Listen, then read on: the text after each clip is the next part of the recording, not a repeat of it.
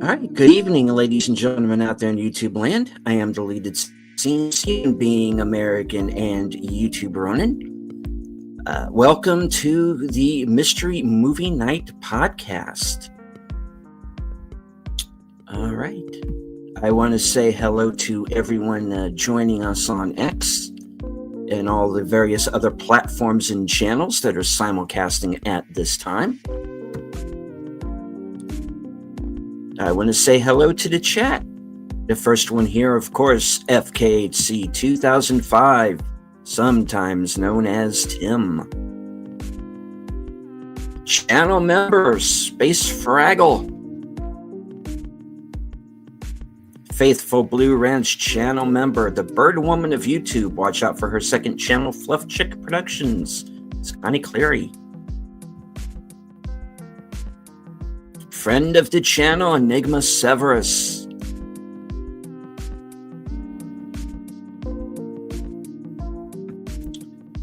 All right. Got a full panel tonight, and I think this is going to be a lively one. The reason why I know you are all truly here. The woman who will Haruken me to death at any moment. So I'm keeping my eyes peeled for ninjas and various assassins that could enter the building. Sun's Corner. Is it because I'm all dressed in black or something? Sure, why not? And the ninjas in? Ninjas are in. We need more ninja movies. I know. Good ninja movies, too. Indeed. Recommend some, y'all. Yes. Anything with Shokashugi, I'm good. Hello to Caveat Ties. All right. Joining us from an undisclosed location, which all you have to do is basically just look right out his window and you can guess. Off the cover. Well, hello out there in Radio Land, dear viewers. We're going to be diving into some more dumpster fires in Hollywood. Well, save it. And of course, last but certainly not least, he is not Peter Facinelli. He just plays him on YouTube. It's Kyle Corwith. Apparently, this has gotten around the tubes. People have been saying this in the live chat that I look like the guy. Okay. Thank you for having me back. Yeah, I'm ready to rock and roll into this movie. Right on. Should I set a timer deleted so that we don't run you late for your whatever stream you got coming up? Yeah, we should probably like we did last set a time. Timer.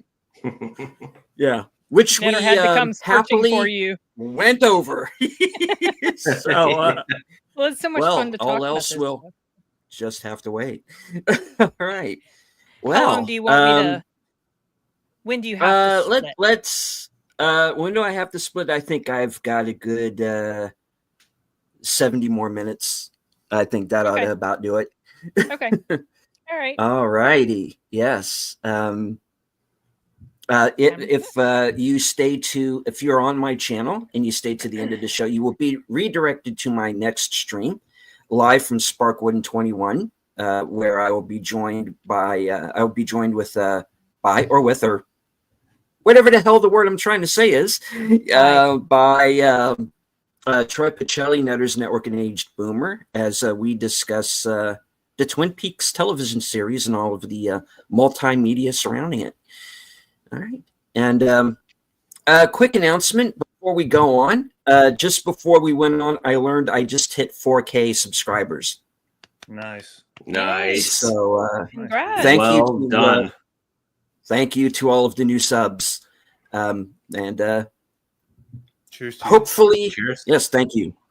Appreciate it. I've got a heavier pour than you, Kyle, this time around. But you have rocks in it. I don't. Yeah, you drink it like a man. What are you working with? Suburban, man. I'm not going to say the name until they fucking pay me. Yeah. Mhm. I'm working with a bourbon too, actually. Mhm. It's a very good one. I like it. They should pay me. They should pay all of us. Yes. All the free advertising. Hello to our man from the future, Sashi. Sashi. And Megan to Texas joined us. Hello. Woohoo. All Hi, right. Megan. So let's just get right on to it. And the mystery movie night selection this week was Asylum's Gladiator: A New Hope. Okay, so I was surprised about this. I was happy. Yeah, I was very happy because it freed up my Thursday night. Right, exactly, same. I've already canceled my ticket. I was like, no, there's no way because Enigma, no way because I was like, this is like supposed to be a blockbustery, big blockbustery thing. So I thought, no way. I even had tickets to a free screener for tonight, but well, that was before I forgot about our discussion. Yeah. I wasn't going to go to it, but anyway, it came up and I was fist bumping my movie buddy next to me. We were fist bumping. We were happy. So. Oh yeah. Yeah. The funniest part was the fact that the display was right outside my theater. I was like, I hope it is. Yeah, there was definitely a big poster in the entrance of my theater. Yeah. They're not doing too good of a job trying to make it a mystery. No, right? Not this time. Not this week. There was other speculation as far as what it might be. One of which I was hoping it wasn't going to be, and the other was like, okay, well maybe, but I really would like it to be Gladiator. Yeah, I mean, say what you will, but Gladiator 2 was better than last week's mystery movie that I went to, but apparently Regal didn't have. Right? No, it did not. Ben Hofer. It's about some German priest during World War II. It was not good. That sucks. Which is unfortunate because I was looking forward to that one. So yeah, it was just I didn't even bother reviewing it. It wasn't worth it. Ah, that bad, huh? Yeah, I was like, I'm not wasting time with this. I got Yellowstone, and now I still have to do my Dune Prophecy review. I don't have time for that. Okay. So, Lita, can I make one request? Please do. Can we do the 4-quadrant viewpoint because my mug is being covered up by the comments and all there that we stuff. go. There we go. Okay, hold on. Beautiful. That should do it. Yeah, that's nice. Okay. You could do like a banner at the bottom, so if people jump in, they'll know exactly what we're talking about. If that's not too much for you to hop on during the stream. I was going to ask before, and I totally forgot. When are we are we separating the spoiler review or the spoiler part from the beginning? That was something I meant to ask you guys about if we were going to do spoilers. I'm fine talking spoilers if you want. Yeah, I mean, I think we can have a plot summary and then just a spoiler warning. We can do that. Yeah. I don't know whoever wants to go with the plot summary. I think I'm going to butcher it because I didn't know any of the characters' names. Yeah, so we're going to have the characters' names on the screen or something. I might have to pull something up in order to know their names. There was Lucius. My bad. There was Lucius from the first movie, but that I can get a few of them, but I forgot his mother's name, and I forgot the name of Lucilla. Mm-hmm.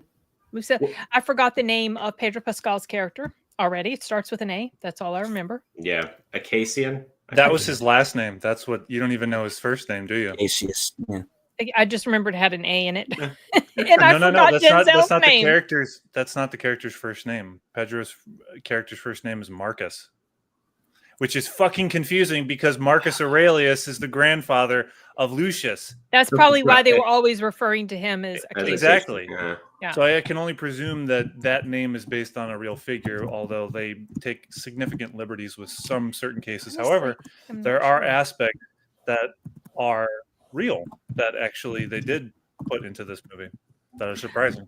Can you enlighten us on those things at some point in the conversation? Because I'm curious. I didn't do I will. any I read an article by The Standard, and I got a sense, or not a sense, I found out what was real or based on fact and what was not. So we'll definitely, I can mention a couple of those as we were get there further really into sharks in the Coliseum in real life? Do we want to get into it now, or do we Well, I want mean, to that's wait not a until... major That's a spoiler. I'm just spoiler. curious. That's a spoiler, Sin. Not a major Great spoiler. job. Great I was job. in the trailer. I don't think you're going to get on Thirsty Thursdays again. Your integrity is shattered. I never saw the trailers, so it was through word of mouth on social media that I heard that Lucius was supposed to be was Maximus's son. Yeah. Okay. We need to get into that as That's- well. And that there were sharks in the Coliseum, and people were just going a little bit nuts about that. So I don't consider those spoilers since they were in the Yeah. Well, my understanding of it was they did recreate naval battles in the Coliseum, but if they went through the whole 9 yards of actually adding sharks, I don't know how the hell they got the sharks in there. Well, isn't Right. Rome not too terribly far from the ocean? Yeah, I mean, it's a peninsula. So, Yeah. Ridley Scott's response. Are you fucking kidding me? That they could put water in that Coliseum? You don't think that they could take a couple marine animals into there? That was his response in a quote. I heard about that response of his. Yeah. He is very ornery. I mean, he's kind of always been, but it's more pronounced because he's old and he's in the get off my lawn stage. And the quality of his filmmaking has declined. Not as badly as Coppola's with Megalopolis. Okay, I'll give you that. I haven't seen Megalopolis. I decided don't bother. I'm not going to. Okay, unless you want a really bizarre experience. I decided I don't. I don't have the brain bandwidth. You're on some drugs or have a heavy night of drinking and you want to turn on something like I felt I needed to drink during this. Oh, okay. Ooh. So yeah, you called it a train wreck in the chat. Interesting. Okay. I didn't feel that strong. I mean, I didn't hate it. I didn't love it. It's definitely, I'm just going to summarize my thought. It's definitely does not come anywhere close to being as good as the first one. Okay. And it didn't have the emotional impact and weight to it that the first one did. It almost felt like it was made by a different director. Mm-hmm. And sometimes it started to feel a bit soap opera-y, and with all the scheming and the stuff that was going on and the, I don't know. It's not going to be on my top 10 favorites, but it's also not going to be on my top 10 worst. So can I read off my plot summary here? Yep. Sure. I'm just going straight off of Wikipedia. Well, actually, let's just do this. Oh, I thought you were going to do your own plot summary. That would. I thought it was your own review. Yeah, I was about tailored. to. Not a review. You know what, Kyle? Here's my first off the cover plot summary. So we basically start out 16 years after the end of the first movie, and we see some random guy, Hano, in some town somewhere I had to look this up, in northern Algeria, some kingdom of Numidia. American schooling sucks. I was not aware of this kingdom. And they're about to get taken over by Roman ships, led by Pedro Pascal's General Acacian. So Hano gets taken in as a slave. They row their way back to Rome. He gets purchased by Denzel Washington's character, and then he goes and becomes a gladiator. But he wants his revenge on General Acacian, because who murdered his wife. Well, he didn't. He didn't really. He ordered responsible for. But here's the okay. I have an issue with that. He ordered the movement that killed her. Yeah, I felt like that was super contrived, though. My setup? No, the setup. The setup of the source of angst. Yeah. Between the main character and Pedro's character. Yeah. You want to know what it is? I was talking. So me and my wife went to go see it, and we touched upon this. Lucius should have no animosity, if at all. Maybe a little, sure, bad feelings. Oh, that really sucks. Because, excuse me, his wife was engaging in the battle. It was warfare. And it was warfare. It was the time of war, and all's fair during that time.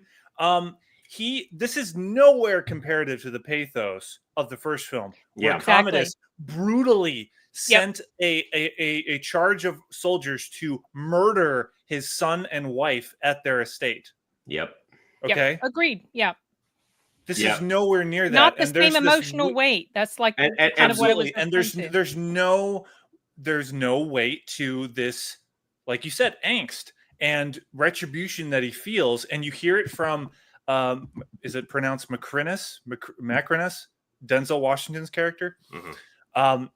He says to Lucius, "I can sense the rage in you. I can sense the rage, just anger." Yeah, that was a little contrived. I don't see it. Not from his performance, which, by the way, this is my impression of Paul Mescal. Oh, sorry, Mescal. Mescal. He doesn't have the screen presence. He does not have the magnetism really that Russell Crowe. He cannot. He was not convincing in this role. He didn't carry this. Yeah, he didn't carry it well. Yeah, throughout, I don't know, maybe it's because I'm rewatching Breaking Bad. You know who I thought would have been a better actor for that role is Aaron Paul. Aaron Paul had the screen. I don't know, like better than Paul Mescal. Dude, how is nobody fucking talking about this? And thank you for demonstrating it. Nobody's talking about this. There's been a couple articles, and I was one of the first. Small channel, so didn't get a lot of traction.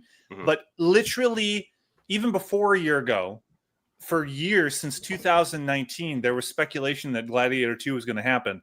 And I was saying, well, they got to get Spencer Treat Clark back to continue to have the continuity of the first one. Agreed.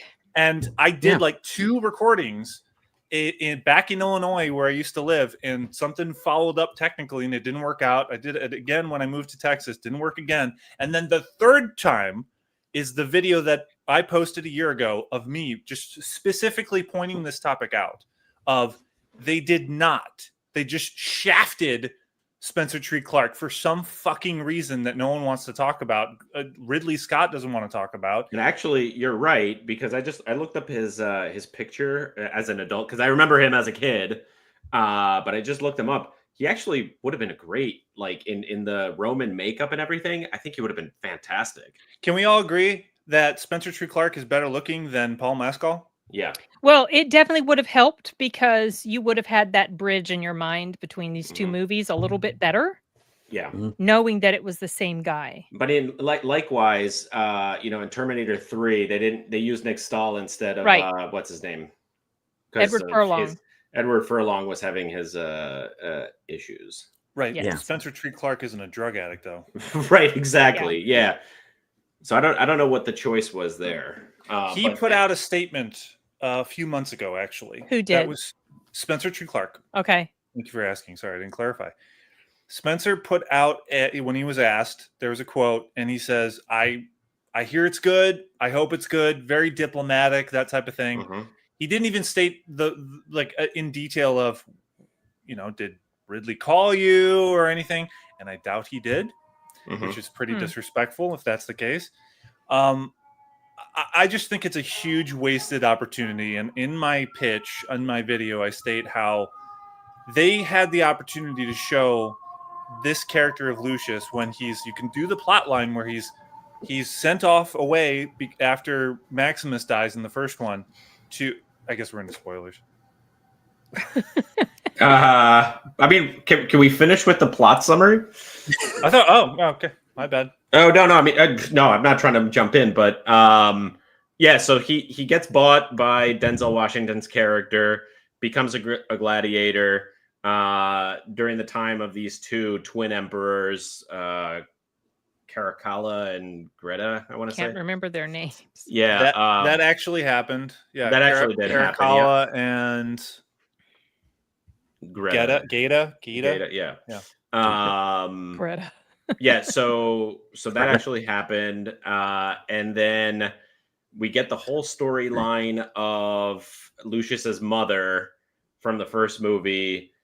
As she gets, having these flashbacks of Maximus telling her to go take care of Lucius, she sends him away, and then kind of remains in the background working with the senators to restore democracy to the empire. That's pretty much the plot summary, right? Did I miss anything without spoilers? Sounds good to me. Not, yeah. So spoilerific. If we can start spoiling, it's up to All you. right, You're the host. You're the host here. Folks, I honestly don't know how to talk about this movie without going into spoilers, to be honest with you. So, we are going to be spoilerific tonight, folks. So, Okay. I am putting the here we go. spoiler banner up now. Okay. I'll begin. This movie had me for the first 20 minutes. It didn't And to then me. those fucking CGI baboons. Oh yeah, that Oh, was and I went, like, what the hell? I am Okay. watching All an Yeah. asylum film. Yeah, you know what? I was actually going to bring this up. I wrote it down. It was so, like, the CGI throughout the entire movie was so jarring. This is going to be like a quick aside. I actually have seen baboons. I was like at arm's length away from baboons when I went to Africa. I even saw one baboon pleasuring another one. You see them hairless? Yeah, no, and they're like this big. Yep, they're this big. They're not massive apes. Now the question becomes: is there another kind of baboon that is larger in history? Not that I've ever seen, and like nothing went extinct in 2,000 years other than the dodo. Like no, like large land animal went extinct. Since that's another discussion we can get into. That would be interesting to have. But CGI, I mean, I could have gone with it if the CGI was better. Right. Yeah. At the start of when it's the shot inside the pen in which the baboons are waiting to be released, and you see them jumping about, completely weightless and unrealistic, was absolutely absurd. What is with these artists, these CGI artists who don't realize that objects, creatures, have mass. People have mass, and gravity has an effect on them, and you can't fucking bounce them around like it's a fucking Pixar cartoon. It just pisses me off. It really does. It's common sense, and I don't know if they lose the common sense eye to be able to see these things, and Ridley Scott not being able to. Apparently, it's prevalent, and this is why practical effects need to be implemented into films, so you don't run into this and you don't lose the common sense of the eye. Right? He did that. Ridley Scott did that in the first film with the tiger fight. Even though there are some composite shots and some editing that's a little too fast, and they try to stitch it up to make it look like it's all continuous, etc. I would rather have that than some editing quibbles, yada yada, than just janky CGI that is going to just take me out of the movie. I mean, to play devil's advocate, I think the animal rights people have really clamped down on it ever since there was some movie like A Dog's Purpose or A Dog's Choice or whatever the hell it was called. A Dog's Purpose, where a German Shepherd drowned. So I think that could have played a part. I'm not sure. And not using real baboons.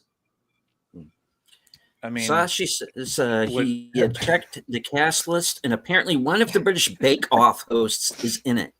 Okay. Wow. Please tell us who. Yeah, please. Yeah, the shark CGI wasn't Matt good Lucas. Matt Lucas, credited as the Master of Ceremonies, aka the replacement David Hemmings. Yeah. Discount David Hemmings. Yeah. Can we also talk about how bad the actors were for the Emperors, the twin Emperors? Joseph Quinn, and I don't even know who the other one is. Was Fred Heckinger, something like that. I'd never seen him before. Hang back a second. Wasn't he supposed to play the Human Torch in the new Fantastic Four? Oh, yes. I mean, that does not bode well. For those that don't know, no. The other guy. No, Joseph Quinn. Joseph Quinn. Yeah, Joseph Quinn. Yeah. For those who don't know, he was the guy in the last Stranger Things season who was the metal dude, the guitarist guy, and he also which I actually liked. Yeah, which I actually liked. I did. He was my favorite character. He was also in A Quiet Place Day One. Oh, I gotta go see that. They felt very wait, Quiet Place. Sorry, I Quiet Place Day One. A second, yeah. I don't recommend that. Almost Drowned. Okay, fine. Yeah. Oh, good. Fine, but still, I saw the video and they like dumped this poor dog into like rushing water. If it didn't drown, come on, Kyle. He didn't drown. I'm a dog person. Come on, man. So am I. Okay, all right. I like dogs.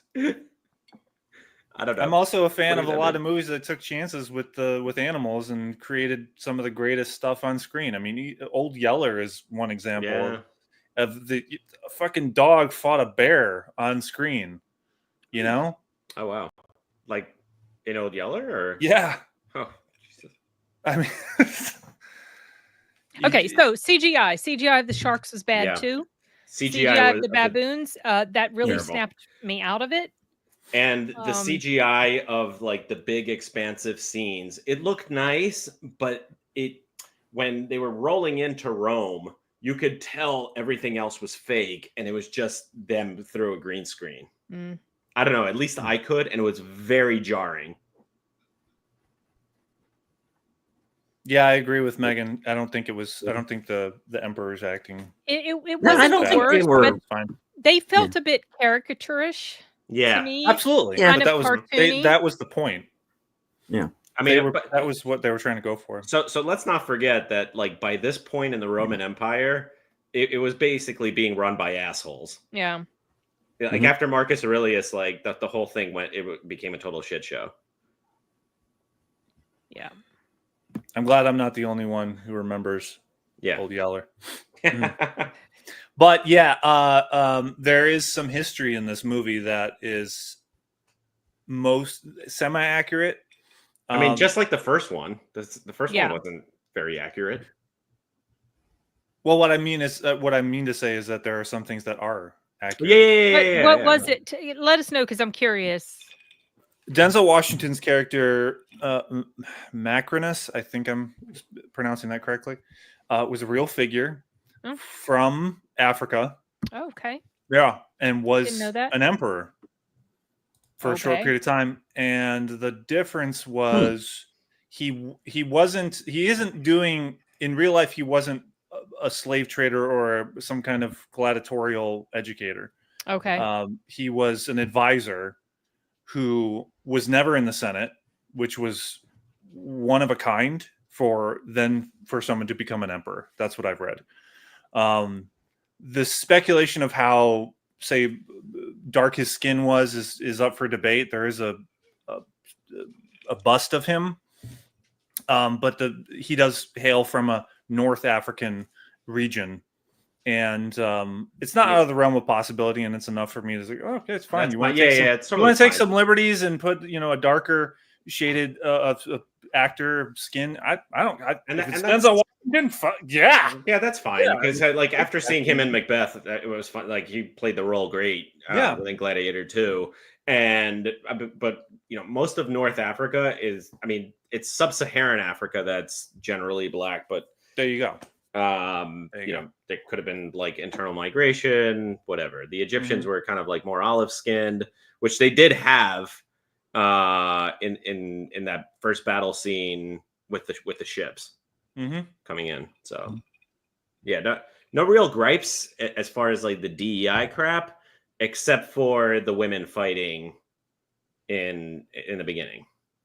Right, and that was something I wanted to look up too to figure out. I mean, how accurate is that for women to be fighting at that time?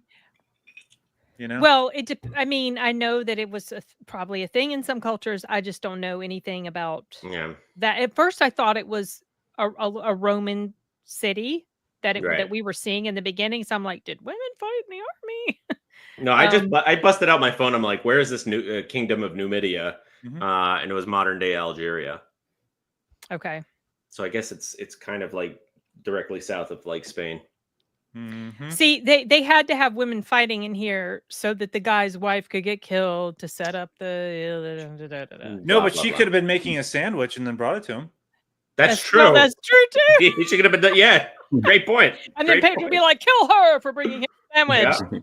Yeah. I have your ham and That exactly. Me, that whole. I'm glad that Sin is of the kind of woman that has a sense of humor. Great. Oh, well, yeah. No, that's thank sort you of for the stuff super that's funny chat. to me. But the reason that felt contrived. Her death and participation in the war. Her death. Well, the participation in the war, obviously, but her death in the midst of battle and all this chaos and fighting, hundreds of people around, and Pedro Pascal is able to accurately notice that this archer from way far away is a female. Kill her, he says. Oh yeah, you're right. You know, and I was like, he's specific. Kill her, and of course, as if it's a common thing. There's a woman up there. Exactly, and then of course the husband there's a woman fighting. Just so happens to, conveniently see this command being given, and then it happens. One of the few times he actually notices the minutiae details of things, but couldn't fucking predict when an arrow was going to fly into his mother's chest when Denzel Washington was right the fuck across the way in the emperor's seat, and no one else was in the arena at that point. Right. Fucking kidding. This is one thing. I know I'm hijacking just one little thing. Yeah. The cool way they could have done that was that Lucius does see the arrow being fired, and he reaches out, and the arrow goes right through his hand, the back of his hand, and into her, but still goes into her. Yeah. Into her chest, still kills her. But it's showed that he saw it, and he did all he could. I mean, aside from moving his entire body, but that wouldn't, he knows he can't die in order to save Rome. So that would have been more interesting, and it actually depleted the intelligence or the ability for him to convey a situation or to realize a situation well enough. It just dumbed down his character and lessened the integrity of him. Yeah. But yeah, sorry, I hijacked that a little bit. It was unrealistic or contrived, that situation at the beginning with Pedro Pascal's character, who is, I don't even know how to say his last name. Acacius. Okay. Also, I totally didn't see the whole transition of Denzel's character turning to, because I did not expect that he was going to end up being like the villain in the movie. And so that was a bit of a surprise, because I thought he was going to be similar to the Oliver Reed character in the first one. Yeah, he pretty much starts out that way. All of the characters in this movie are basically either the same character from the previous one, because you do get Connie Nielsen back. Derek Jacobi comes back just to get killed like a fucking extra. That was ridiculous. I agree. Fucking ridiculous. But I thought it was amazing that he was there again. I didn't know that guy was still alive. Yep. I thought it was. I was. Whoa, that guy looks exactly the same, more or less. Yeah, he does. He looks like he's had a bit of plastic surgery, but yeah, he's still around. I didn't see that. I thought my wife thought that Connie Nielsen had a lot of Botox, and I thought she looked fine. Oh yeah, I mean, she's still just as sexy as when she did The Devil's Advocate. She definitely looks like she takes care of her did skin. that? In what way, I don't know. If it's Botox or plastic surgery or other sorts of treatment. They're doing a She looked lot great. of yeah. I mean, she looks great in Wonder Woman. I Correct. thought I agree. was fascinated. Yeah. But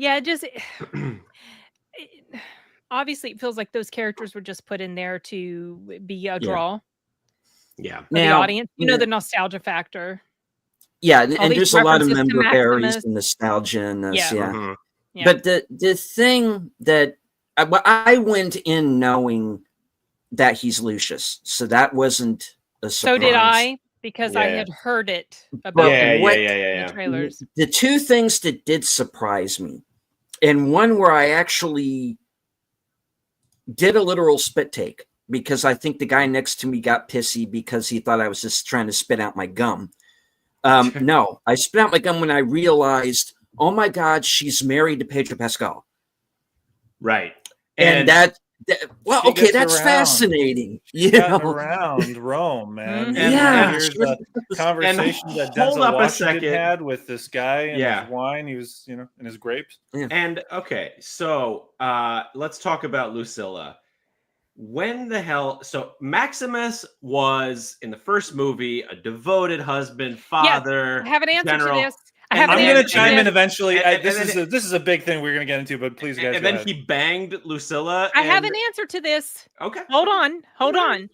This was my thought. Now, it's been a bit since I've seen the first Gladiator, but his child was very young in the first Gladiator. He wasn't the little girl. I think it was a little girl, right? No, it was a son. No, he had a little son. Okay. Yeah. The kid from Life is Beautiful. The child was very young, and so in the first Gladiator, you do get these hints that they had been involved with each other. Okay. You can kind of pick up these little sort of, the chemistry between them. You can tell, but it's not spelled out to you. Right. And so my thought is, this is why this is an okay thing to me. I wasn't bothered by it. Lucian or Lucius, whatever the hell, Lucius, whatever. Lucius. In the first movie, he's referenced in this second movie as being about 12. Right. And Maximus's son is much younger than that. So my thought is they probably had a relationship. She got pregnant, didn't tell him. He goes off, has his family. He has no idea in the first movie that this kid is his son. Okay, fair enough. I thought he was just out banging around. That's what people were complaining about, but I was like, but wait, his son, his child was much younger than the kid. Yeah. Than Lucius. So that was a zero issue for me completely. Fair enough. And narratively, obviously it makes in sense to link them that way, but in the Roman Empire there was a lot of debauchery, so like having multiple wives. But I don't think that was the case with him. Yeah. The way they imply it in the movie is they kind of retcon that final line that Maximus has before he dies. Lucius is safe. Which is the way it's couched in the first movie. They make it sound like, is our son safe? Well, in the second movie, it's more like, is your son safe? Right. In the second movie, that's the way they play it off. I look at it as a retcon. Sure. Yeah, wait, I definitely think it was a retcon. Did they change a line, or is it the same? No, it's the same line. They changed the implication of the line. Yeah, they make it like in the second movie, they make it seem by showing that flashback scene that he knew that this kid was his. I don't think he knew at all, and I don't think that was Ridley Scott's plan. I think that it was something he came up with. I didn't get that sense from when they showed that line. No, I didn't. Why? How would he know? Well, right, exactly. he didn't act like he knew at all, but the way it was presented does make it seem as if he knew. But I don't think he knew at all. That's going to be a huge point of contention in the afterlife with his wife. That he went to go and then right at the end, we're flashing back to we're flashing forward to the end when Lucius grabs the rocks and the dust in the Colosseum, which he fucking does like 5 times in this movie. Just so you remember. By the way, do you remember, guys? You remember Maximus did that. Russell Crowe did this like once or twice in the first. You remember? Yeah. You get it? You get it? Anyway, he grabs the dust and then he says, "Speak to me, Father." And then it cuts to a shot of a hand through the wheatgrass, and it's just the end. Yeah. The ending was... Yeah. Did he just... Because apparently Lucius has some connection to the purgatory or some, the place where people the souls go on to the boat, ferried off. Yeah. Well, the thing that's interesting there was that was basically the plot of the version of Gladiator 2 that Nick Cave wrote. And there was going to be a whole lot about purgatory and time travel. Lucius was going to come back. Somehow Maximus' son came back. Not quite dead yet. It was kind of weird. I never read the whole thing, but in a way, I'm kind of wondering if maybe they shouldn't have bit the bullet and just did that version. What might have happened? I don't know. Yeah. But it would have been received terribly as well. So I don't think there's a good sequel to be had. What I got from the ending was that, Speak to Me, Father. It's just the setup for Gladiator 3. How? Yeah. Just straight up. Because Hollywood is bereft of ideas and they're completely unoriginal and they're just going to pump out sequels and make this into a franchise. I would be surprised if a third movie happens. I never say never again. Yeah, I'm somewhere in between that. Ridley Scott is very adamant about turning every fucking thing that he's done in the past, in the beginning of his career into franchises, apparently. Yeah. This would be at the latter point or the midpoint in his career, Gladiator is. So apparently he's working his way into the middle, and then eventually we're going to get like a sequel to Matchstick Men. Which is actually a good film. So I'm going to channel... It does not need a sequel. Yeah. Yeah, no. This just like this one doesn't need the first one did not need a sequel. No. Well, another movie that didn't need a sequel, also directed by Ridley Scott, was Blade Runner, right? And I'm going to channel the critical drinker for a hot second. When he reviewed Blade Runner 2049, he called it the iPhone of movies. And I was thinking that comparison, because they're both Ridley Scott franchises now, that the first movie, and I really want to get your thoughts, Kyle. The first movie was cinema. This movie is content. Because this morning I woke up and I'm like, I don't remember what I just saw. It's just throwaway TikTok brain rot content. I share a lot of that sentiment. I really disagree with you about the Blade Runner sequel. I think that movie was made with huge love and attention to detail that it's demonstrated in the behind the scenes footage. And Denis Villeneuve made a close to a masterpiece when it comes to, upscaling and in terms of just making a better movie. It doesn't degrade the first one and doesn't retcon it. It actually preserves everything. The speculation that Deckard is either a replicant or he's not. They don't state outright. Yep. They'll still allow you to make that determination. And that's great. But that's not even the point of the movie. I mean, there's so many other aspects that are amazing about that.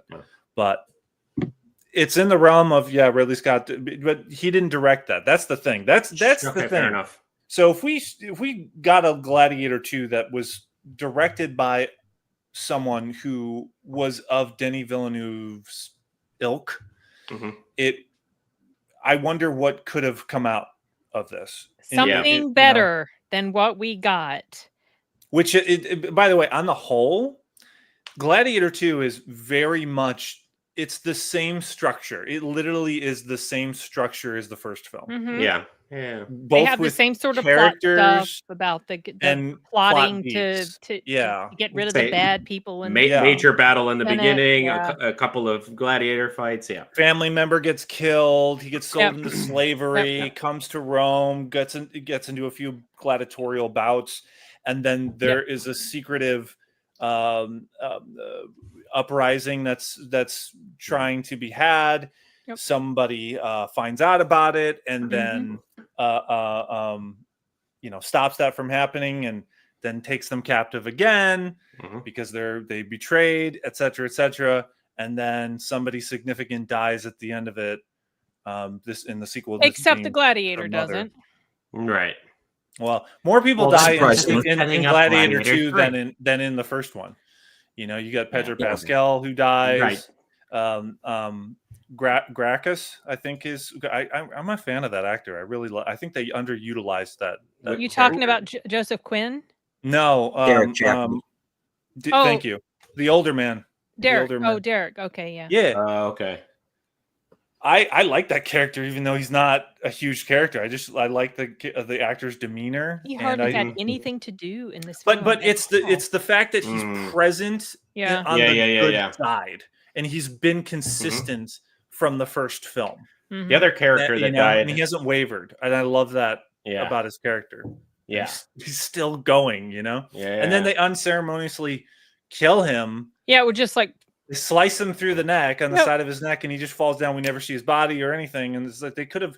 I like that they would do that with a character that was from the first film to exhibit that this is some serious shit we're dealing with.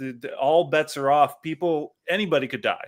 Yes, do that, but do it right. Do it with a degree of, pathos.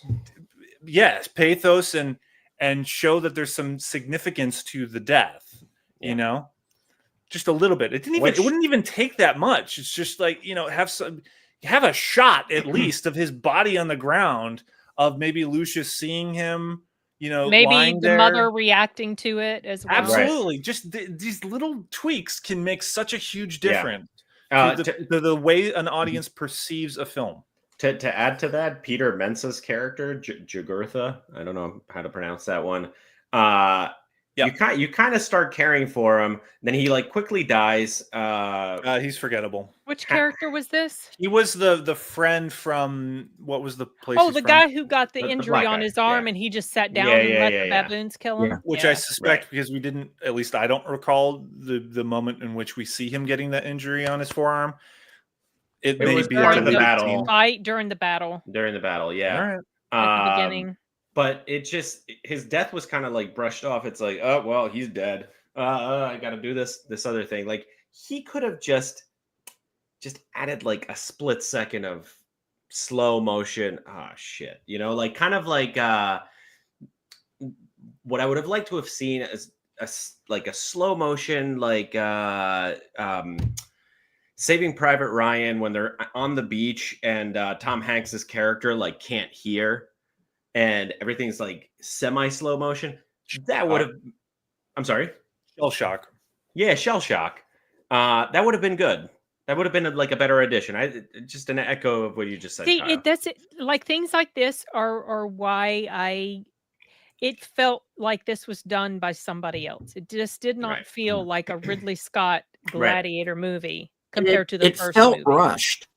Yeah, there were parts of it definitely felt rushed. It was just we're racing to get there, and then oh, okay, the movie's just over now. Bye. Now we have to go get the other army. The army's going to come here, and they come here at the right time, and then there's this battle between him and Denzel, and then it started to feel like this action film instead of what the first one was. Just like term limits and age limits for politicians, I think there should be age limits for directors, as proven twice this year. Well, I'm going to hold off on that sentiment until after I've seen the screener for Juror 2. George Miller is the exception, and you can count Clint Eastwood in there. I haven't seen most of his films, but you can tell us about that after you see it. Fair enough. Sorry to be ageist. Whoops. I think the film is an amalgamation of it's too slow at times and then too fast at times. Mm-hmm. You have multiple beats that repeat from the first film and in this film of Lucilla coming to Lucius's cell over and over again. And we saw that multiple times when she's visiting Maximus, and then she does that for her son. And my wife did a good impression. Just even when we got back, she would do an impression of, and then she would, walk towards me. This scene happens, I kid you not, at least 3 times, maybe more, of her in the dead of night, and there's a guy with a fucking lantern next to her and opens the cell for her. And they have a dialogue that you could have truncated to one scene. Okay. Yeah, there are a whole bunch of nitpicks that we could look at. I mean, the biggest one for me, I think, is the character turn after he kills Pedro Pascal's character, and all of a sudden he feels no ill will and actually regrets that decision and says something along the lines of, "I kind of liked him, actually." Yeah. that was a quick turnabout. I noticed that as well. Yeah, just because I think it was the line of, "I would have died for your father." Right.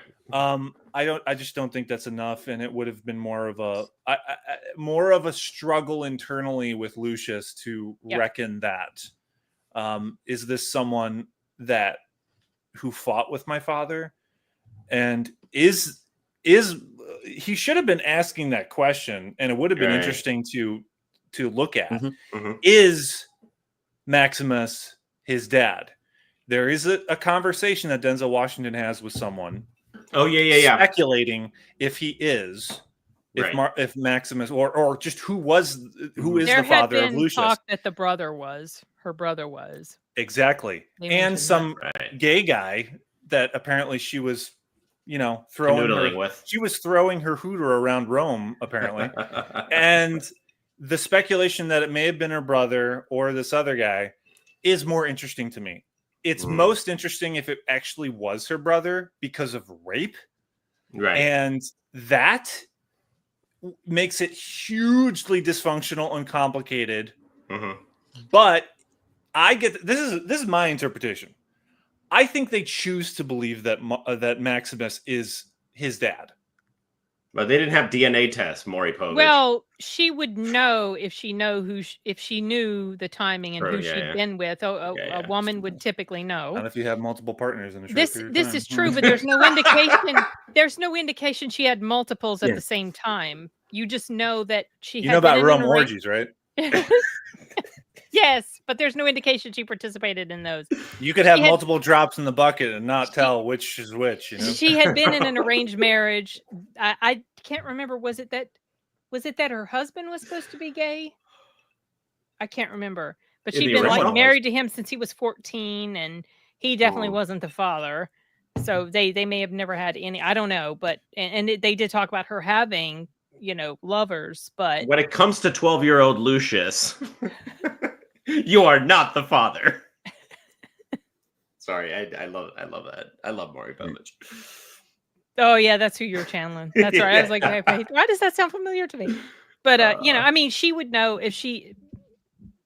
I'm just going to take her at her word that she says Maximus is the father. She would know who she had sex with in a certain amount of time. Right. She's tried to stage a well-intentioned coup twice in 2 movies, and she's fucked up both. Yeah, I know. Yeah, I'm not going to take her word for anything. Right. I do. I didn't buy into her. She's not very good at it. I didn't buy into her reasoning for why she couldn't just go off with her own kid. Yeah, stay behind to save Rome or whatever. Escape in the dead of night. Why doesn't anyone do that? Go with your child. Yeah. She was able to send him off. Why can't she just leave? Escape. I agree. Go to North Africa. They could have escaped together. What? You want to know why? But because she loves the luxury of Rome. She is a materialistic, shallow bitch. That could be it for sure. Yeah, she wants both. Things just didn't feel. She wants plotted out well, opulence, and she wants the family too. Well, you got it. You can only have one, Lucilla. One. Yeah. How much of this is the alcohol talking? What's that? Are you feeling the effects of the alcohol yet? I'm feeling the effects of this movie. Yeah, that's what I was saying. This movie, watching this movie, makes you feel like you're drunk. I mean, it didn't do that for me. I feel like I've been in Jeremy John's stash watching this movie. They're at the 18-year-old Scotch. That's what the movie felt like to me. I'm just having a good time talking about it with you guys. I mean, because it was this back and forth between this nostalgia trip full of member berries to scenes that actually did work to I'm watching a silent film to I'm watching one of the Disney Star Wars sequels. I wasn't bored watching the movie, which is odd. I was not bored watching this movie at any point. But it was that sheer what the fuck am I watching nature of it. You're right. They kept me going. That's why I texted at the end of it, it's glorious train wreck. Yeah. Because this movie is god awful, but I had fun watching it, and I'm glad I saw it. Oh, I definitely am not. I don't know. I mean, It's I was weird. going to go see it anyway. I'm glad I wasn't. I wasn't angry at it, but that's partly because I wasn't expecting it to be as good as the first one. Yeah. It's just kind of meh, honestly. I watched like a quick 30-second short of Chris Gore walking out of the theater. I reaction. Stayed out of those. I didn't. No, I mean, but it was just like all he did was like that. See, that tells you everything. I didn't want to know what anybody thought. I stayed away from reviews beforehand. So for me, was it necessary? No. Mm-mm. B, was it as bad? Was it better than the first one? Absolutely not. Was it as bad as people would say? It entertained me. The girl I was with enjoyed it. She liked it, but she'd not seen the first one. I said, "You got to go watch the first one now." Nobody walked out. Nobody walked out. And people were excited when they saw everybody was clapping that it was Gladiator. Me too. Yeah. And when I was walking out of the theater, because I talked to a few people while the credits were the 10-minute long credit at the end of the film, was rolling. I got a chance to talk to a few people, and it seemed to me that the people who liked it the most were the people who didn't see the first movie. Right. I let agree. me piggyback off of that. So, Sin, your friend that you saw the movie with, she hadn't seen the first. What did she think of this one? She enjoyed it. She liked it a lot. Okay. And she texted her friend and said, you have to go see Gladiator 2 because there's a baby monkey. Remember that little baby monkey? It was a cute little monkey. That's incidental. That's comic relief. It has a diaper and all that stuff. That's that truckle. Yeah, you know, the critics are giving this fairly okay reviews. I mean, currently it's at 75% on Rotten Tomatoes. I'm curious to see what the audience thinks. Yeah. I do not think fans of the first one are going to be as kind to this. This is what's strange. No. Are the majority of critics today youngins that didn't see or are a fan of the first film? I mean, you have the passing of a generation of people that it's not been that long ago. It's 24 years. I know, but not that. That's long enough ago. for an entire generation to pass away. I mean, I have watched relatives of mine that have passed, and it's been more apparent to me that there is a generational change happening where I and Generation X are essentially the next generation to lead this world. That's basically it. Well, we're technically millennials. The boomers are pretty much gone or on their way out. It's sad. They're on their way out, but they're still there because whatever. But so I have two stories regarding the original. Well, this Gladiator and the last Gladiator. So the movie came out in 2000, and I was a college freshman in 2001, and I had a laptop, or I got a laptop. I don't know how I procured this laptop. I don't know. Maybe my parents got it for me, and I would bring it to class. And while the professor was droning on and on and on, I would put on action movies on mute. And Gladiator was one of them. And people would just crowd around me watching my laptop. Goodness. Did you put on subtitles? Yep.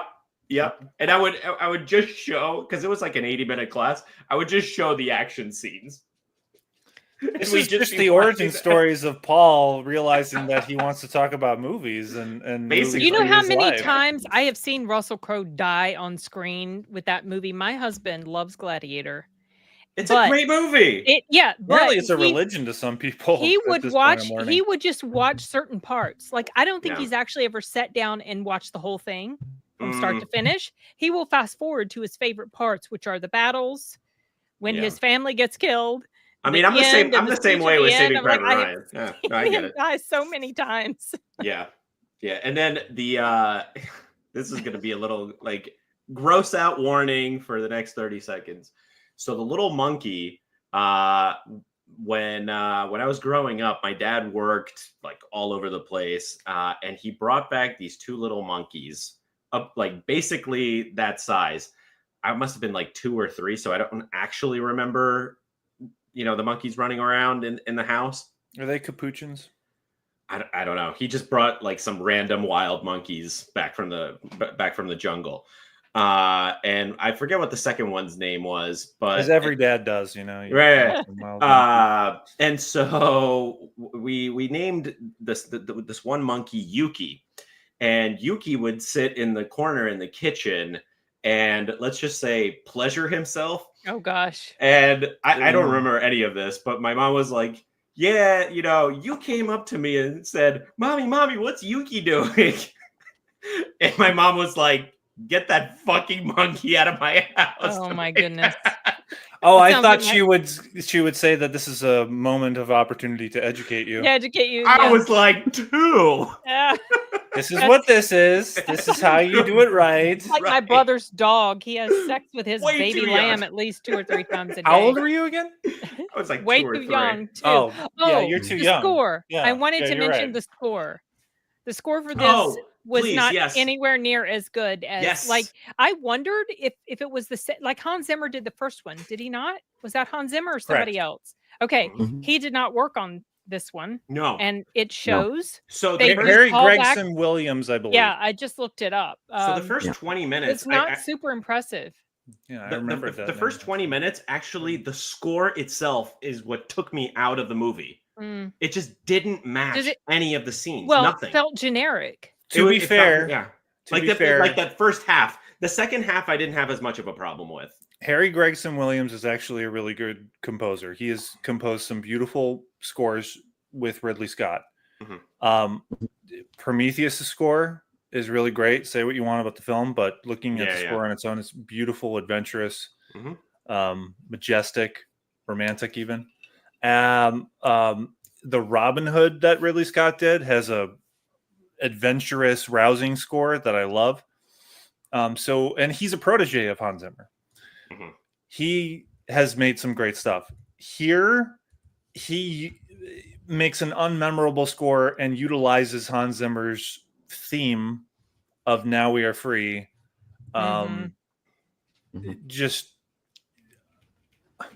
unceremoniously and gratuitously at times. Yes, just randomly. It feels also when it was a reference to Maximus in one way or another. So if they're talking about him, they put that in there. That's what it seemed like. Right, but this is the thing. They're hitting us over the head with that, and yet they're showing us, they're telling us, and they're showing us, and they're putting that in our ears with the music of Maximus. It's just you're laying this on too thick. Yeah, like show Lucius. Yeah, do you see what we did there? Doing that. Did you see what we did there? We showing his armor. Did you see what we did there? There's a sword. It was too direct with all. Did you like seeing Maximus's name in English on the wall? Oh, well, technically speaking, it's kind of spelled the same way in Latin. Is it? Yeah, it's just like the U is a V, but it's I'll back off from that. Yeah. Well, they were speaking English too, so I mean.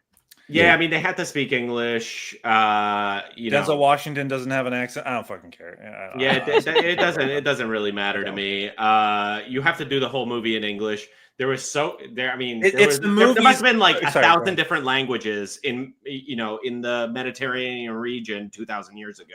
So just do it in English. That's fine. It's the movies that try to do the thing that Valkyrie did, which they start off with German and then they awkwardly transition into English, as if this is supposed to get us into this world and make it more believable, right?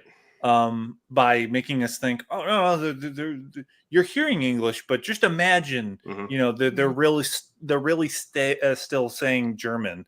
No, just go. Oh yeah. Just go with English, okay? Which is fine. Which is what this movie did, which is fine.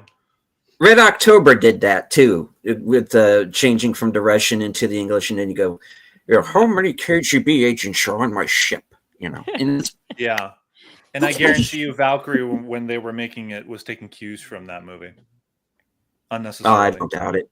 Anyway, Gladiator 2 is a thing. Wow. It's probably apparently it's gonna make a lot of money. I don't know if that's really what's it tracking to make. I hadn't heard. Overseas, it's made a little bit, So we'd have to look I think it'll probably track to like 700 or 800 million. You mean total? Yeah, total worldwide. I think it'll end up around 4 or 5. I think first weekend it'll probably do okay, but then I don't know. Not everybody's us, so yeah, I do kind of expect it's going to drop off. I'm curious to see whether Wicked's going to beat it.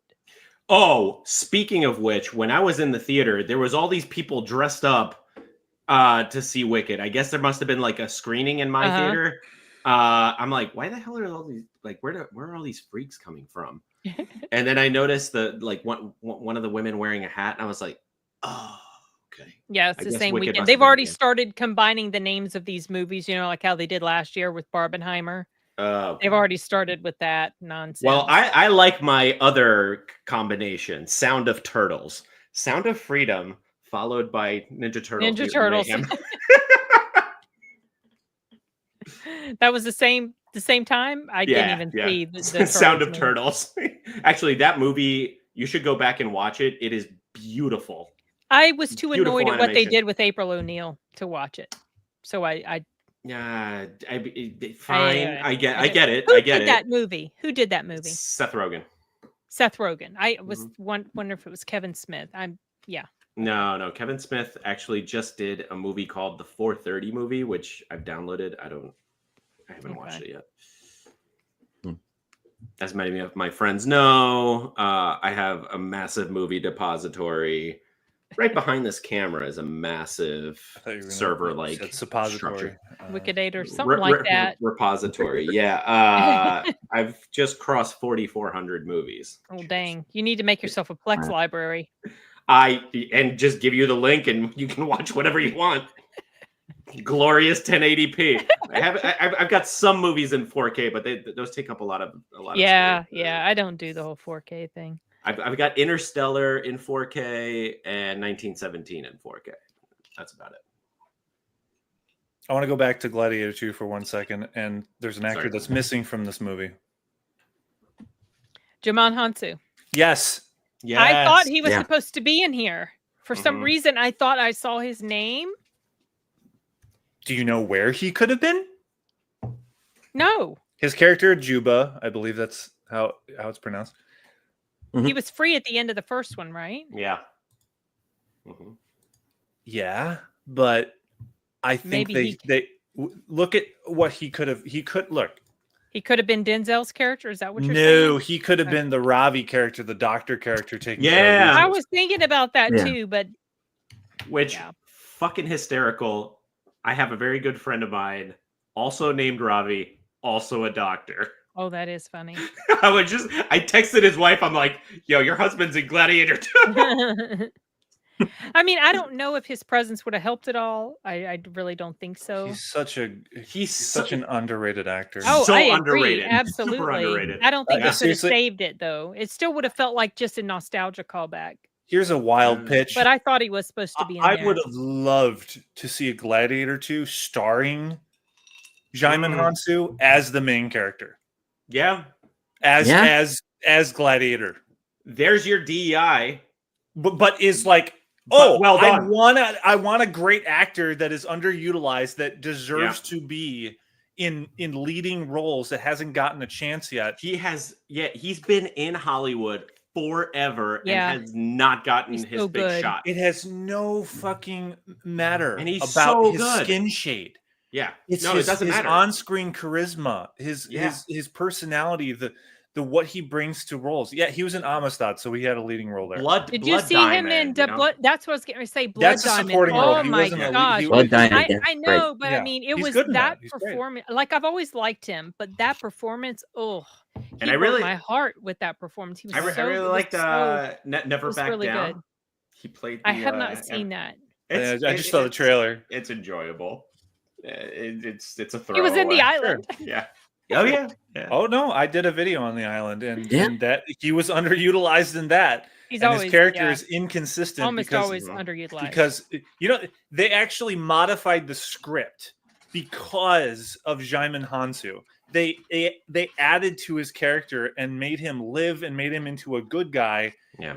And I would argue that it's jarring, but ultimately welcome because you love that actor. What it was apparent during when they were making The Island that Michael Bay just said, I really like this actor and I love the way he's portraying it, and I don't want him to die or continue to make him a bad baddie.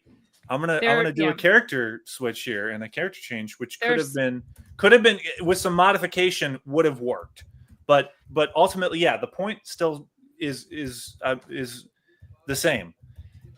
Jaime Hansu is an underrated actor, and he needs more opportunities and like a big leading role. You know, like a discount. Oops, sorry. Conversations going on in the background. Sorry about that. There are some actors that I like so much I don't like when they play baddies. Denzel's one of them. Training Day?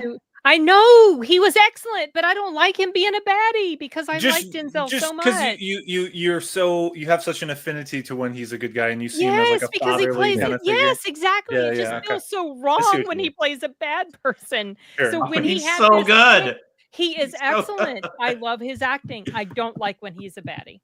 It's hard for me to not like his, because I like him so much on a personal level. So, like, what do you make of that? Okay. Never mind. That's what makes kind of going off on a tangent here. Sorry. Another Denzel Washington movie where he could be construed as the villain because he ultimately does the crime that starts off the whole thing is A Soldier Story. I haven't seen it. Oh. Is that an older one? It's an older one. It's from 1984, I think. Oh, yeah. And it's a murder mystery on an army base. And now you went and told me and spoiled it. You said. Well, is that the only crime that takes place in the movie? Okay. I haven't seen this, so now I'm curious. They ordered a code red. Maybe. But the thing is that while what he did in that movie was wrong, there are people in that movie who do a lot worse things. Mm-hmm. So it's like, I question, would his character in that movie be considered a villain? And it depends on what point of view you have. Yeah. Power is a movie that he's in where he's kind of a villain. But American Gangster, which I have to rewatch. Well, that upcoming live. Yeah. So you can name a host of films that he is just excellent, and he's one of the greatest actors in cinema history. Agree. Oh, yeah. Agree. 100%. Absolutely. Yeah. Because I kind of look at his performance in this as he realizes what kind of a movie he's in. Mm-hmm. Yeah. I mean, he was great in the role. I looked at it as this movie was made so Ridley Scott and Denzel Washington can hang out in Italy or wherever they film it and drink wine. Yeah. And smoke that was it. But you know what role prepared Denzel to play this role perfectly? Macbeth from a couple of years ago. So they did a movie. Generation. They did a movie that released in theaters for that. No, it was like an app. Well, maybe briefly, but it was an Apple TV Plus. It was an Apple TV thing. Yeah. And it's a movie. It's not. It's not a play that they film. Yeah, no, the Coen Brothers film. Yeah. Yeah.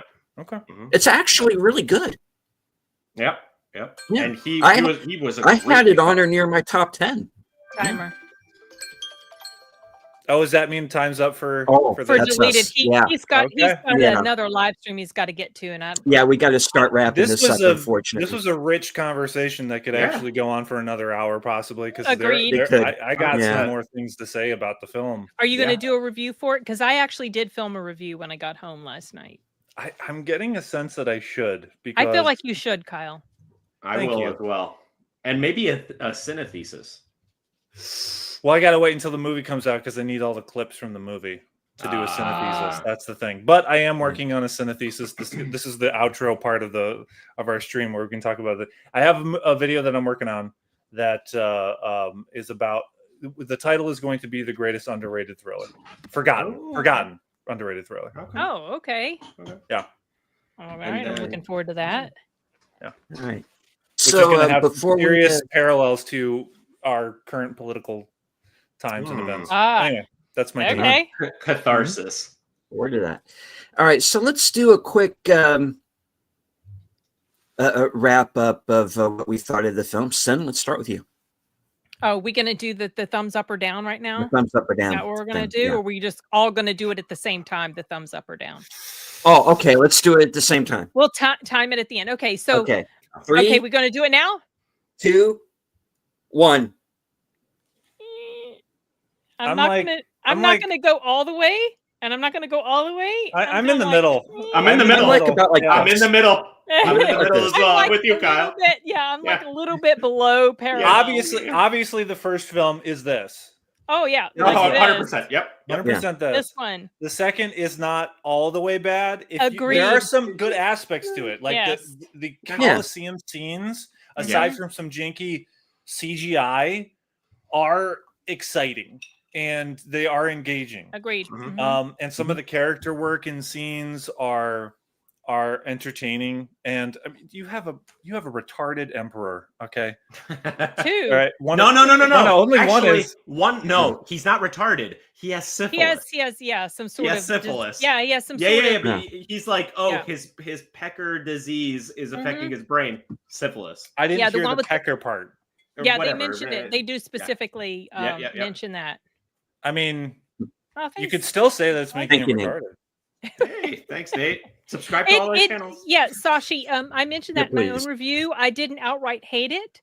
I didn't outright love it. It's not going to be on my top 10 worst. It's not going to be on my top 10 favorite. It feels 5.5 out of 10, or like 5 out of 10. Or 6 out of 10, or whatever at the most. It does not feel like the Ridley Scott of the first Gladiator. No. Listen, here's the thing. It is no Joker 2. Right. Okay. It's no Trap. I wasn't angry, at least, when I saw it. Yeah. Right. So but you will have some good times in the film. And some bad times, like CGI and you will enjoy this, as we've seen based off of Sin's testimony. If you have not seen the first film, you'll probably enjoy this. And go see the first film. But definitely go see the first film, because it's a Best Picture winner, and deservedly so. Even though there's some people that like say, "Oh, it's overrated," and no, it's not. No, it's not. Russell Crowe got an Oscar for that one too. Yeah. Oh, and that's the thing. But he didn't win. That's the thing. The presence of Russell Crowe permeates throughout this film. Yes, I mentioned that in my review. And most of all, that Paul Mescal, I'm doing that on purpose if you couldn't tell. He does not convey, he tries to, but he cannot convey the masculine, stoic nature and charm that Russell Crowe has or had. And it's just like, that's what makes me think, if you can't achieve that, why are you? I get the sense that Ridley Scott was trying to emulate Russell Crowe's presence. Well, of course. But that's the thing. Yeah. Don't try to replicate it. See what Spencer Tree Clark would have done. Yeah. And my pitch. At least let him audition. Absolutely. And this brings full circle, because I was going to finish. I was going to talk about this, and I'll finish off with it. What could have happened was you start off the film in which Spencer Tree Clark, Lucius, is hiding out still, and he's not a fucking warrior. He's not ready for battle. Maybe a But battle he gets does forced into it. Forced into one, and he fucks up, and that's what gets him sold into slavery. And Mhm. in the battles coming up, he starts off in the tertiary gladiatorial battles, and he has to build himself up, Right. almost like a superhero origin story. Yeah. He has to build himself up to the point where he has to become like Maximus, this man that he maybe idolizes. Maybe he's maybe he's carving like a statue, which harkens back to the first one, because Russell Crowe had these statues of his family. What if Lucius is carving like a statue of Maximus? He doesn't have a wife. Don't fucking do the wife thing. Yeah, the wife was entirely unnecessary. A solitary Kyle, character. you've gone and written it. That is lonely. So much better. He's dealing with isolation. Than what we got. Okay, he's dealing with pain of losing his family, and he can't get back. And maybe he has some memory issues similar to like Jason Bourne. He hit his head from somebody that along the way when he was trying to hide out, knocked him over the head or something. Like, he's dealing with shit and isolation, and the only thing he remembers is this figure, this figure that he looked up to, and he has to become that figure. But we need to see the journey of that. Right. That could have been Gladiator 2. Yeah. Mm-hmm. Yeah. They should have hired you to write the screenplay.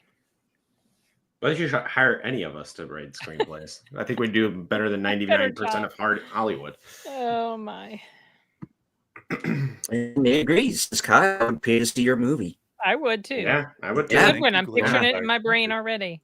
Honestly, I might steal it for my review. Go for this is what we're here for. Like, if we can inform each other in a way that's natural, like, I didn't think about that, I will adopt that. Yeah, it's not about I can't think for myself. How am I going to think of things to say? Yada yada. Yeah. Exactly. I listened to a podcast last night called, I think it's just called the. Oh, I won't plug it anyway, unless they pay me. But I listened to a podcast, and it was an early review of Gladiator 2. They must have been being there. Apparently, they're going to have one of the actors, Joseph Quinn, on the show for some interviews. So there might be some aspect to that where they don't want to say so much about what they don't like about it. Yeah. But one of them literally said that it's like one of the top films of the year, and I just got this sense of are they being paid by the studio? Are they being paid? Because I think that's they probably hyperbole. are. Yeah, they probably are. They probably are. They said a couple quibbles, but they were so minor that it didn't really matter. And they're praising aspects to it, like they didn't even note about like the CGI. I think they even said the CGI was great. And I'm just, I don't think I'm gonna return to this podcast and listen to you guys because you're probably shills. Yeah. Or they wanted to make sure that they were going to that actor was still going to be on his podcast, right? On their podcast. I'll give one thing to Mark Kermode is there is a separation in which he has a host that interviews the people and the stars and filmmakers, but Mark Kermode doesn't often and reviews the film separately and then comes back with his other co-host and then they talk about the film together. And he's very brutal if he doesn't like a film, he's very honest about it. So I appreciate it, even though he's said some things about some woke stuff that have been ridiculous, but in aspects to that of having integrity and being honest, I think that's a very valuable or invaluable, whichever way you want to look at it. Should we plug our upcoming videos and channels? Well, you guys go ahead. I already did. Yay. Okay. Sin. Yeah. Just my Gladiator review is coming up. That's probably the most immediate. Nice. Probably on Thursday. Nice. All right. Yeah. I have to put that out probably tomorrow, just to take early mover advantage with the YouTube algorithm. But I've been starting to review Yellowstone episode 2. Recap is shot, and I have yet to watch. Probably after this stream, I'll throw it on. Is Dune Prophecy, which is one of my favorite movies this year. It's not it's a show. It is a show. Dune Part 2. Okay, yeah, so Dune Part 2, which I actually had a bunch of really good, successful videos do well. I'm gonna review the HBO series. So have you seen it yet? I have not yet. No, I was like, bored. I need an hour to devote to watching it, and I just haven't had the time. I'm hitting the gym hard. Good for you, man. Yeah. I was sore walking out of the theater, and I was like, oh, I'm a Roman soldier. It's the good kind of sore. Yeah, it is. Good kind of sore. All right. And of course, right after this stream has ended, you will be redirected straight to my next program, which is live from Sparkwood in 21.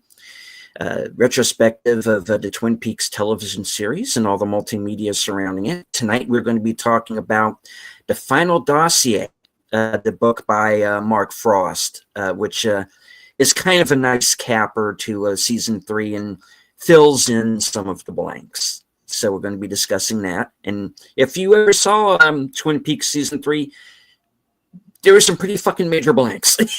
So, yeah. David Lynch does not do A to B to C storytelling by any means. No, he doesn't. But, no. So catch me. That's where I'm going to be next. So, all right. Fantastic. All right. I do want to thank everybody who was in the chat. You guys are great. Thank you, Nate, for the super chat. And thank you to everyone who watched us on other platforms. Thank you to the little puppy there. Good to see you. And all right. Any last words before we call this a night? No, can't think of anything. Thanks for having me back. Yeah. Are you not entertained? I like that. That quote, I don't think that quote came up at all, which surprised me a little bit. Thank God they didn't do a throwback. Right? Yep. They did a throwback to everything else. Line. Oh, I'm surprised they Lord, didn't show the little statues being found in the sand of the Colosseum. Mm-hmm. Yeah. Planted there at the end of the first one. That would have been interesting, but it's too damn shallow. I know. Yeah. I thought they were going to do a flashback to like just show that the moment where Lucius was going in the Colosseum was where he remembered that Maximus died there. Yeah. You know, and they would show a quick flash of, you know, him there, and it could have been poignant. Yeah. But anyway, we could honestly talk about this. This is a demonstration. We can keep talking about it. We need to let you go, Deleted. Or yeah. You do. Okay. We'll probably continue this conversation up in another stream, but yeah. Until next time. All right. All right. Great to be here. Thank you. Yeah. Take Peace care. Out, Radio Land. I am going to just do a heart out, and as I always say at the end of every stream, thank you all once again for watching. Good night. Take care. Stay strong. Be safe. Don't get captured in battle and enslaved and sent to Rome. Oh, that would be bad. Because that would be bad. And this is how we win. Good night.